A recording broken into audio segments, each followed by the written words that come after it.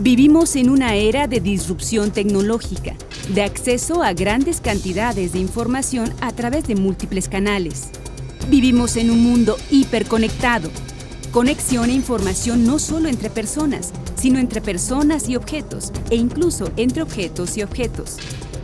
El Big Data, el Internet de las cosas y el blockchain están transformando nuestra realidad, impulsando nuevas formas en el manejo de información, el conocimiento, la conexión y la satisfacción del cliente, la colaboración y las transacciones confiables en la cadena de suministro.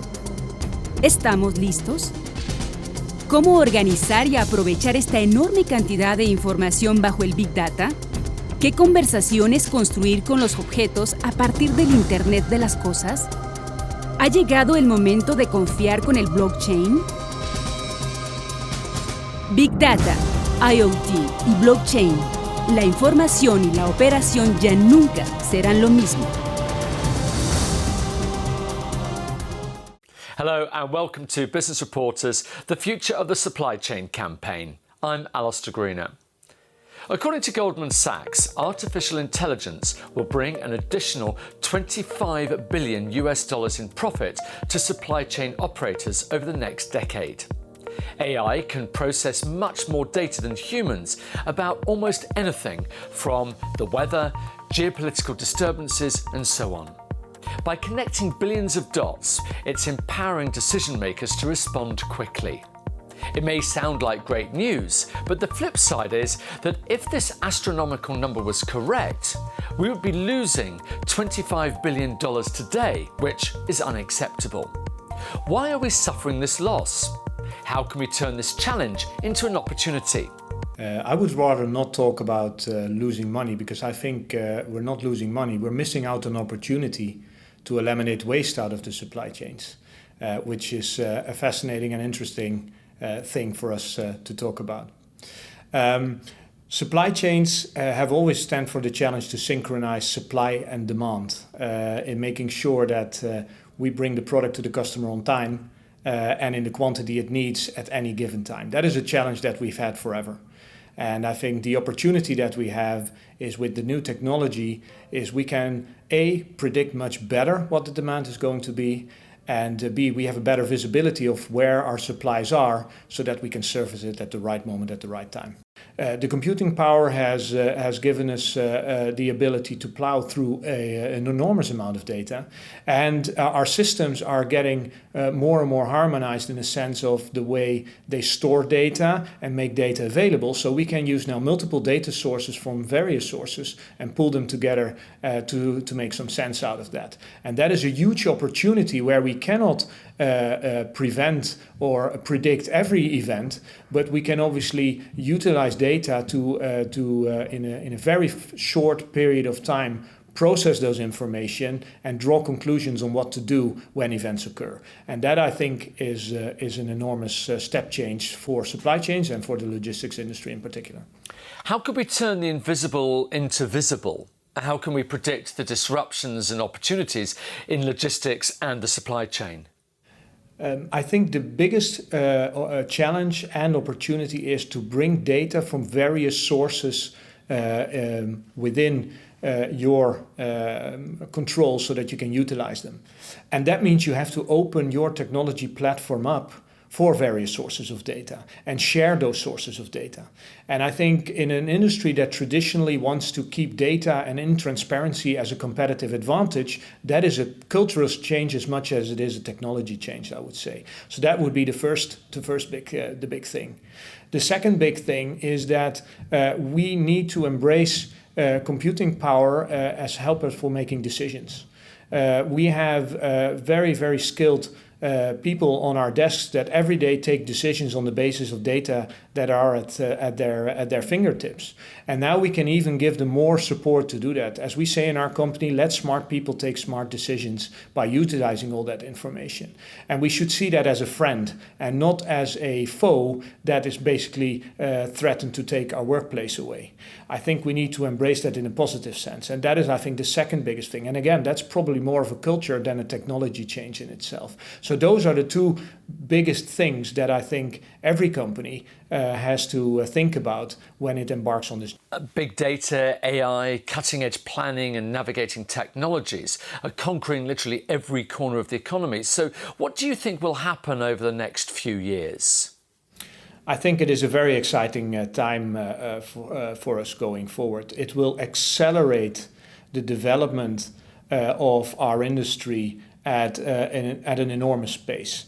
Everybody knows what to do in theory. The challenge is to really take it on and embrace it. That means having an open platform, that means collecting data, that means processing those data to get to decision making and have the computers to support us in making those decisions. And we will see with that implementation the efficiency of the supply chains going up fast. And that will be felt with a lower cost base, a higher productivity, and a better service to the customers that are felt. And if you take the example of the parcel industry, for example, the fact that we can now order in many big cities today and we get delivered today and we can actually see when the product arrives at our doorstep is just giving us a feeling on the quality of service that we as customers can expect going forward. And I guess we will see much more of that, and that's really exciting. Aunque hoy existe una creciente implementación de Data and Analytics para aprender sobre los clientes y sus comportamientos, el análisis de datos puede aplicarse en 1. Transparencia de sistemas de reaprovisionamiento automatizados para la planeación de inventarios. 2. Optimización en tiempo real de la red de distribución basada en los datos de flujo de materiales. 3. Mayor exactitud en el pronóstico de la demanda utilizando tendencias de mercado. 4. Mejores niveles de almacenamiento al realizar análisis de Big Data. 5. Mejor visibilidad de los niveles de inventario para una programación de producción más adecuada. Y 6. Monitoreo de la entrega de las rutas, datos de tráfico y clima en tiempo real. En suma, las cadenas de suministro del futuro serán potenciadas por algoritmos sofisticados, simulaciones y análisis de datos prescriptivos, permitiendo una mejor toma de decisiones en las empresas.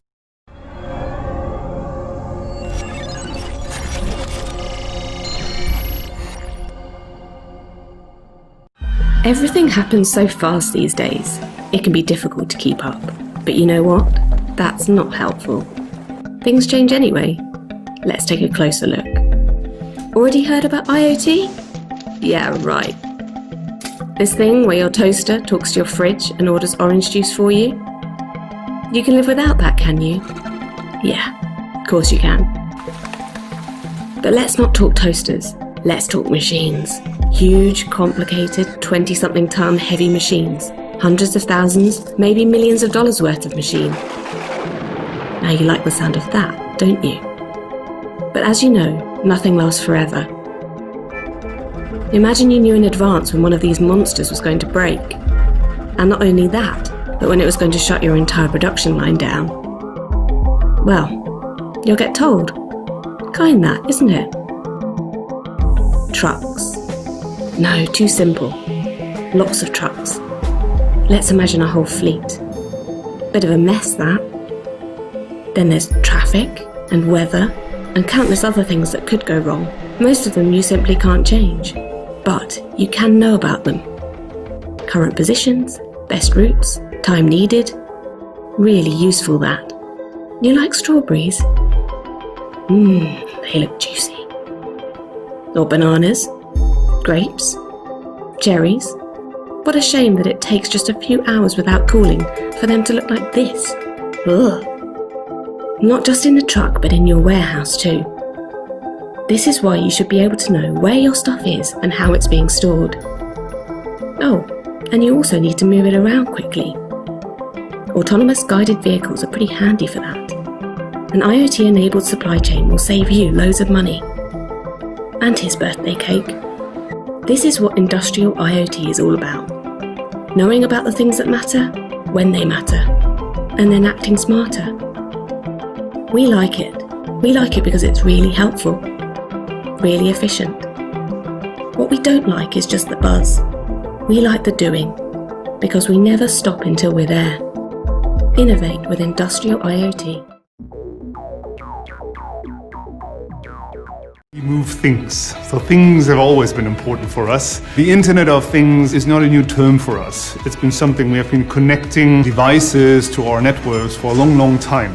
Data we are actually looking at is something that the IT systems had it there for many months or even years. I think that the IoT platform what brings is give us access to the data in a very fast manner, real time. Basically, you're using 4 sources of information. The first one is around interpositioning. We are able to capture the Wi-Fi location of our scanners. We are also capturing the utilization of our material handling equipment. We also are capturing data around the warehouse management systems, what are the tasks that are actually directed to our users. All those sources together basically bring us the visualization in the warehouse. As we started the project, we actually looked mainly at 2 aspects of that. One was around increasing efficiency in our warehouses. We want to see if we can actually run them better. And the second one was around safety. As we basically move forward, we want this actual tool to give us some insights in terms of making decisions. Aggregating the positioning of the individuals, we can actually get very interesting insights, such as, for example, heat maps. The heat maps will, of course, give us where are the highest concentrations of individuals and also with the forklifts. And as a result of that, we could also bring some proactive safety measures. The Internet of Things gives us a better view into our warehouse. We can replay activities over a period of time and analyze what happened and try to find alternatives. For the size of this operation, 40,000 square meters, it's impossible for a supervisor or an operations manager to have a full overview. Our first use case was asset utilization, material handling equipment, where we can analyze the usage over a day, a week or a month time. The inventory optimization identifies opportunity to put the right parts at the right spot of the warehouse to minimize travel distances. For safety, there are 2 ways to use the tool. We use it to review the traffic plan, so you can see the heat maps and determine if the flows are okay. And we use it to review incidents, so impacts or collisions, because the tool will really show you what happened. With the tool, you can very quickly visualize where opportunities are and adjust your warehouse setup. This way of looking at things is really brand new. Normally, an engineer would look at flat lists to really turn data into information, but now he has one screen with a clear visualization of what happened in the warehouse, and that really adds value. The IoT journey is something that we're gonna be walking, and the ones who will basically not walk the path of digitalization will be basically left outside. No longer we can actually wait for months to get a report or weeks. We need to take decisions now about things that are happening now. That for us has been the energy that was fueling the project for the last months, understanding that yes, we are somehow changing the way we're actually running logistics. We think that digitalization will have a huge impact to our industry. The whole supply chain will be fully digitalized, and we will see the advent of new services, new solutions that we can implement for our customers, and that have a profound impact on the whole industry.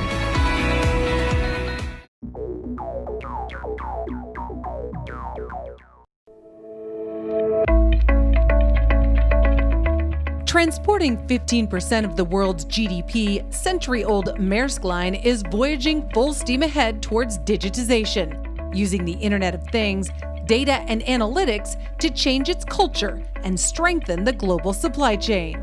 So we're a company that has a very large cost base. We have some vessels that need fuel, and they themselves are not cheap. So we have a lot of money invested that is tied up in our assets. And so analytics really plays a large part in trying to reduce the costs associated with operating our vessels and our network and our equipment. So yes, we have on top of having a very complex business model, we also have fortunately a lot of low-hanging fruits and opportunities to really drive value through analytics. That complex business model includes over 600 vessels and millions of containers, traveling to nearly 350 ports in 121 countries, 365 days a year, giving Maersk the ability to monitor the location, the temperature of the cargo, and opportunities for critical maintenance. Spending more than $1 billion a year moving empty containers back and forth, Maersk Line is using data and analytics to automate and optimize where empty containers go next. Maersk is digitizing global assets for the future in fuel economy, voyage optimization, reefer containers, and empty container optimization. It's a journey requiring a strong commitment and culture to data-driven principles.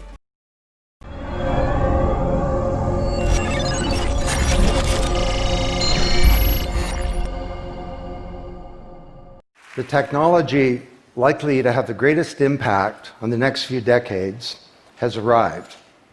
And it's not social media, it's not big data, it's not robotics, it's not even AI.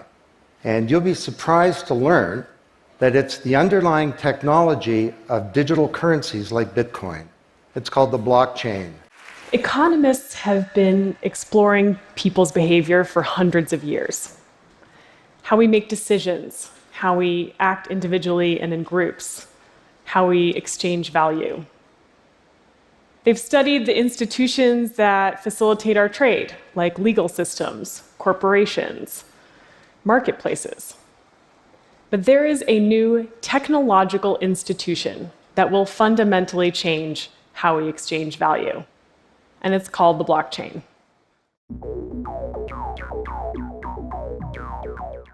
You may have heard about blockchain, and you may have gotten into space by saying crypto. Ooh, this is something that I should get rich quick on, or I should be investing in, or is a stable commodity of some sort. I don't want to actually talk about crypto, at least not today in this video. Crypto is simply an application built on blockchain. Blockchain is that core underlining technology that actually is fantastic for tracking data or assets. So what you do with blockchain is you append only. They're cryptographically linked, one block to the next, so that if you change anything in the midst of it, you basically break that ledger, and you either have to be repaired, notified as a bad actor, or something like that, just be taken out and taken off the chain for future transactions. But where the real power of blockchain is that decentralization. So getting a democracy around the data that's actually being built and used and shared. So everybody having a copy of this ledger, having to have that consensus algorithm or methods to be able to approve that transactions are real, they're accurate, they're good, before they're being appended to that ledger. That's absolutely the key here.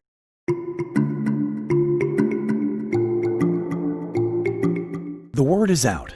Blockchain technology is the largest technological breakthrough since the advent of the internet. It is disrupting industries across the world and revolutionizing our future, contributing to the growth of nearly every industry. Blockchain technology is a network of computers. These network of computers record transactions.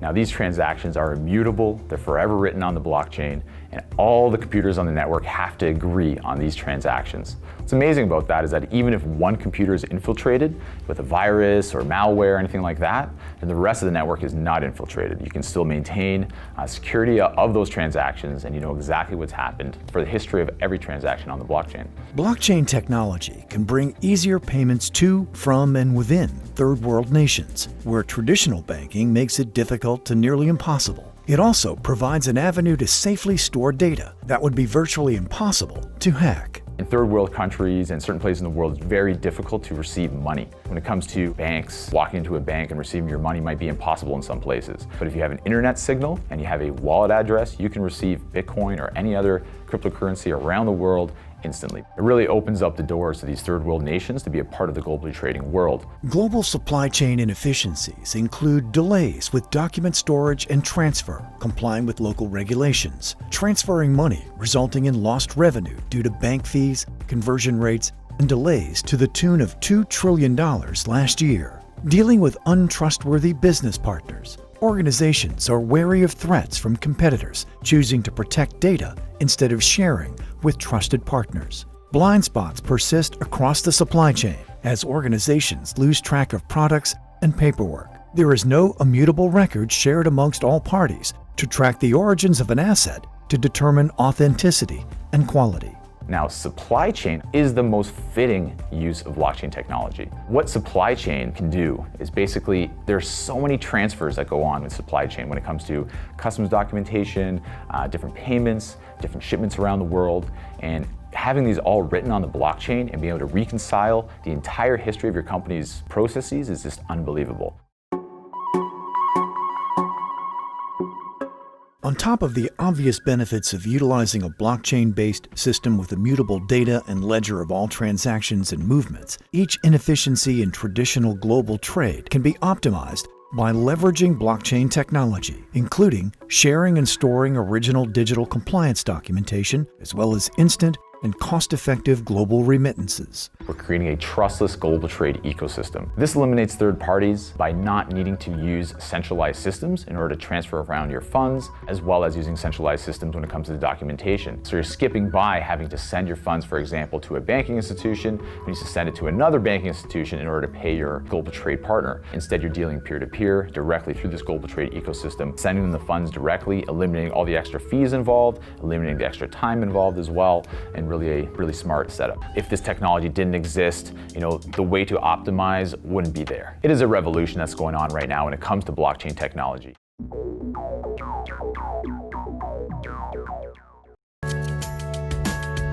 When a customer shops in our stores, we know they expect great prices, we know they expect fast, clean, and friendly service. But an unspoken expectation is that they expect the products that they buy in our stores to be safe. When there's a food event or a food scare, what you want to do is you want to be fast, but you want to be right. That food product is guilty until proven innocent. We at Walmart will actually pull all of the product until we know what is the implicated product and we can put the safe product back out. And so imagine if we could pinpoint with certainty within minutes, not days, that it was the implicated product. Walmart and IBM are working to make that a reality. If you think about the food system, it's pretty complex. It involves farmers, processors, distributors. And the way traceability is done today, each segment of the food system does it their own way. Most actually do it on paper or on systems that don't speak to each other. And so you can never have a full view of what's happening in the food system. What we hope to do with blockchain is bring all food safety system stakeholders and collaborate so that we do it one best way. We can do it very quickly and efficiently. Blockchain is a digital ledger that allows different segments of the food system to capture information about the product, what they've done to it, where that product has been. If we're linking that data with other data points, the Internet of Things, all that information will yield to insights that will allow us to have a safer, more affordable, and sustainable food system. But we don't believe traceability is the goal. We believe that transparency is the ultimate goal. Blockchain will give us the ability to not only track where food came from, but how it was produced. Was it produced safely? Was it produced responsibly? Is it sustainably grown? How many dates of shelf life are left on that product? The food system is a shared responsibility, and for blockchain and traceability and transparency to work, we need a lot of people working together. We actually have some of our suppliers participating in this pilot. We've got some universities also participating in the pilot. And so we'll make sure that all stakeholders work together for a safer and better food system.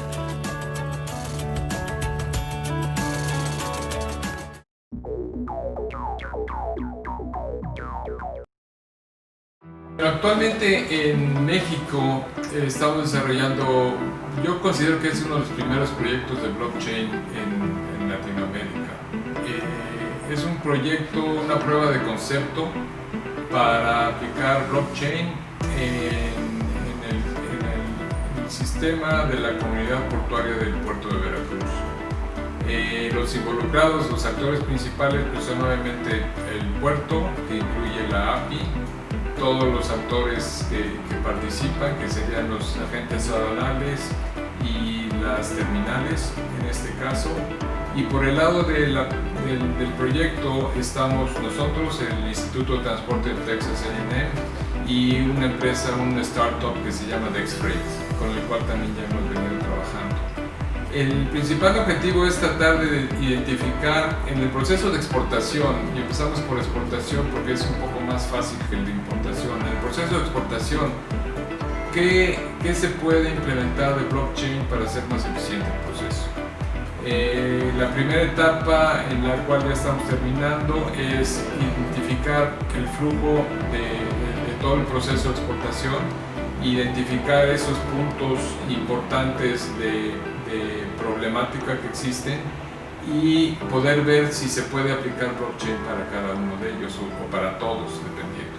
La siguiente etapa sería hacer ya el desarrollo del software en sí, o sea, la programación del blockchain, y luego hacer una prueba durante cierto tiempo para determinar los beneficios. Porque al final lo que queremos es probar que es benéfico, y no solo probarlo, sino cuantificarlo. Entonces queremos ver, ok, se redujo en X tiempo, se redujo el costo, que básicamente son las dos principales variables que atacaríamos, ¿no? Para poder en un futuro, si existen los fondos, si existe el interés de todos los actores, el poder replicarlo, a lo mejor en el proceso de importación, que es un poco más complicado, o también replicarlo en otros puertos. Porque el proceso es similar en todos los puertos marítimos, entonces aquí sí se podría hacer otro tipo de proyectos. Paralelamente, a nivel también de puertos fronterizos, estamos por arrancar aquí, Texas A&M Transportation Institute, TTI, estamos por arrancar un proyecto en la frontera México-Estados Unidos. También más o menos el mismo concepto, identificar alguno de los movimientos más específicos. Aquí sí sería más bien de exportación de México hacia Estados Unidos, y poder determinar si existe la posibilidad de aplicar blockchain.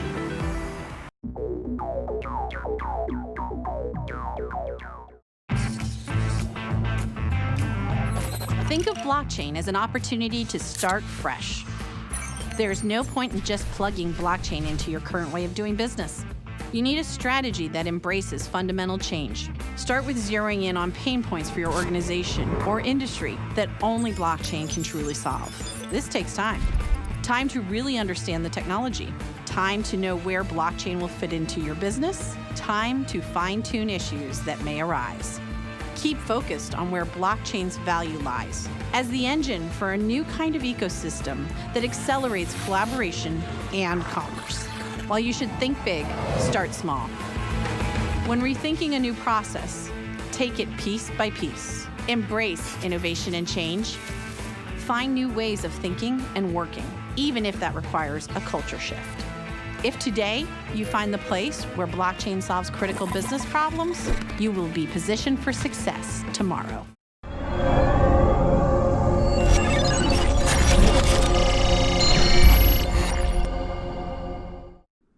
Psst. Companies don't want to talk about what's happening in their supply chains. They actually have no idea what's going on there themselves. And if they did, you as a consumer would be the last one to find out. It's a big secret, even for close trading partners. Okay, you know what? I'm sorry, but that's okay? Most companies have already invested fortunes trying to understand what's happening in their supply chains in real time. But in today's globalized world, that's a lot easier said than done. Why? Because for transparency, companies need complete visibility first. They need to turn the lights on at dozens, hundreds, sometimes thousands of trading partners and their partners around the world, and that's where most companies still struggle. But here's the good news. There are 8 important factors that will help companies want transparency and really hurt the ones who don't. First off, consumers are starting to demand transparency. They want to know where and how the products they buy were made. And there are regulations on the way now to enforce that, but we cannot afford to wait for those regulations to pass. And most companies don't want to wait either. They want and need transparency and visibility now, not only for when something bad happens, but also for their day-to-day operations. If you want to respond to sudden shifts in demand, you need visibility inside and especially outside the 4 walls of your organization, because today, most companies don't operate as disconnected single organisms. They're part of networks now. Networks that cannot thrive without the transparent information flow across their entire ecosystem. And for that information flow, companies don't use the software systems of the past. They use the cloud now. Cloud platforms are becoming the connective tissue between all systems, objects, and people engaged in global trade. And they get turbocharged by the Internet of Things. Smart sensors, embedded chips, mobile devices, all of this getting cheaper, more powerful, and ubiquitous, making everything inside the supply chain smart, traceable, and transparent. But for widespread adoption of this technology, It helps to have incentives. The Financial Times just reported that the IFC, they're part of the World Bank, now provides financial incentives to suppliers in places like Bangladesh and Vietnam. If those suppliers meet social and environmental standards, the IFC will give them an injection of cheap capital and the entire system runs in the cloud. What a great idea. You know, all of this makes me very optimistic. We still have a long way to go, but together with the people who make the things we buy, I think we deserve to finally enter the age of transparent supply chains. Don't you think?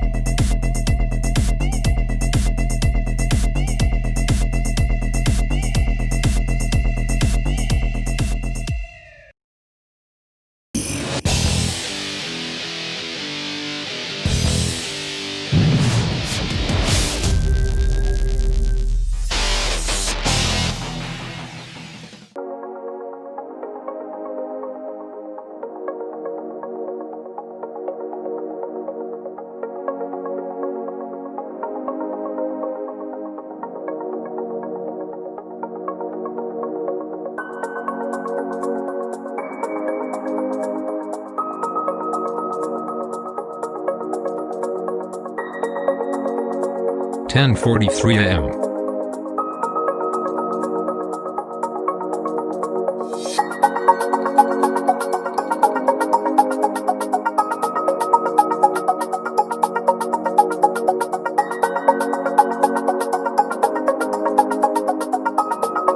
Total $10.07.